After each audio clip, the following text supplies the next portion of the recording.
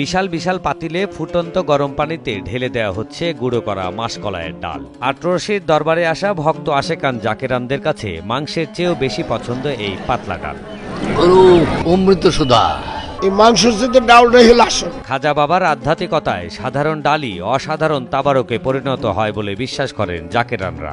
এত স্বাদ হয় আমি মনে করি যে আমার পীর কেবলাজানের একটা আধ্যাত্মিক। অনেকে মনে করেন খাস নিয়াতে খাজা বাবার দরবারের এই ডাল খেলে জটিল রোগ থেকে মুক্তি ঘটে, এমনকি ক্যান্সারের মতো কঠিন রোগও সেরে যায় বলে দাবি করেন এক আশেকান। ক্যান্সার রোগ পর্যন্ত ভালো হয়ে যায়। ক্যান্সার রোগী এমনিতে কোনো রোগ নিয়াত করে খেলে তার রোগ ভালো হয়ে যায়। আমি নিয়েছি ক্যান্সার রোগ, হাঁটতে পারতো না, গাড়িতে করে নিয়েছি, ভালো হয়ে গেছে। এই ডাল খাওয়াই নিছি, হুজুর কেবলাজান বলছে বাবা ডাল খাওয়াই, মাঠে নিয়ে ডাল খাওয়াইছি, ভালো হয়ে গেছে। আমরা শুনছি এবং দেখছি অনেক ক্যান্সারের রোগীও ভালো হয়ে গেছে। দরবারে আগত আশেকানদের জন্য নানা রকম খাবারের আয়োজন করা হয়। এর মধ্যে রয়েছে ভাত, আলু দিয়ে ডালের লাবড়া, গরু, খাসি, মুরগি, দুম্বা ও উটের মাংস এবং ব্যাপকভাবে জনপ্রিয় মাসকলাইয়ের পাতলা ডাল।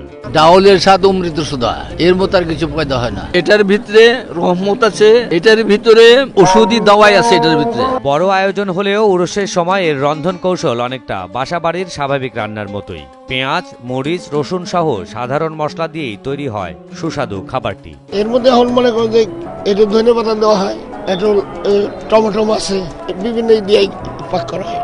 তবে এসব মাসকলাইয়ের ডাল সংগ্রহ করা হয় বছর জুড়ে। ভক্ত আশেকানরা উরসকে সামনে রেখে নিজ নিজ দায়িত্বে ডাল সংগ্রহ ও প্রক্রিয়াজাত করেন। রান্নার প্রক্রিয়া সহজ করতে আগে থেকে মেশিনের সাহায্যে মাসকলাইয়ের ডালগুলো গুঁড়ো করে রাখা হয়।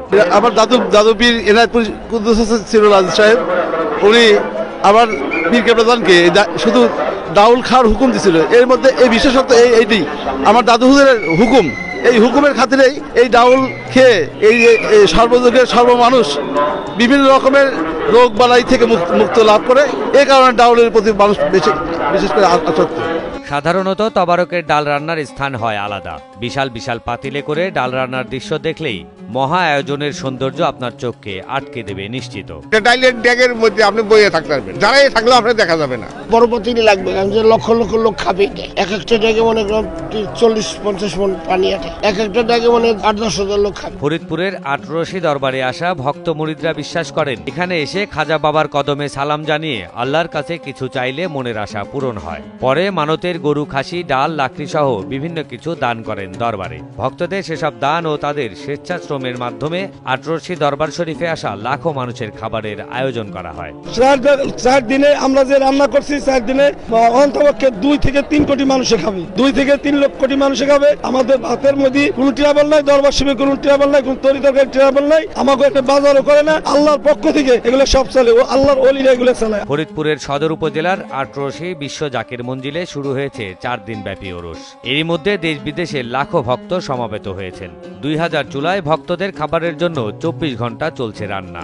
রান্নার কাজে নিয়োজিত রয়েছেন প্রায় 30,000 স্বেচ্ছাসেবক।